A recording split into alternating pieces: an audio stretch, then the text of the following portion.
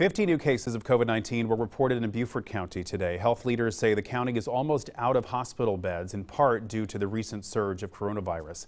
News 3's Andrew Davis is taking a closer look at the numbers in tonight's Lowcountry report. So we think we have a good plan in place. We hope we don't have to pull the trigger on it. Beaufort Memorial Chief Medical Officer Dr. Kurt Gambler says its 160 ICU beds are full, but only 12 of those are COVID patients, 3 of which are on ventilators. Other non-COVID related respiratory illnesses, for instance, and for whatever reason, once we start to get into the cool weather, the fall and winter season, our occupancy generally does go up.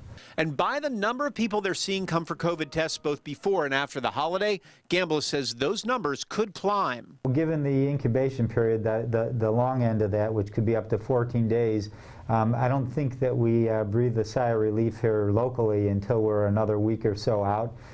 That's where we would see typically the Thanksgiving exposures turning into cases. If those exposures do happen, Gambler believes the hospital already has a plan in place that would add another 14 beds as needed.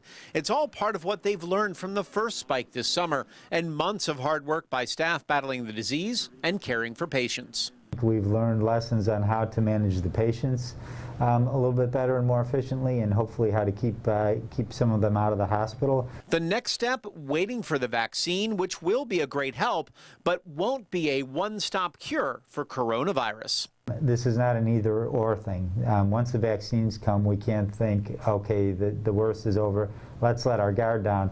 I think we use the vaccines as another tool, and we layer them on top of what we're doing already. Andrew Davis, WSAV News 3, on your side. Coastal Carolina and Hilton Head Hospital tell News 3 they are not full and can create additional bed space to increase capacity if necessary. St. Joseph's Canada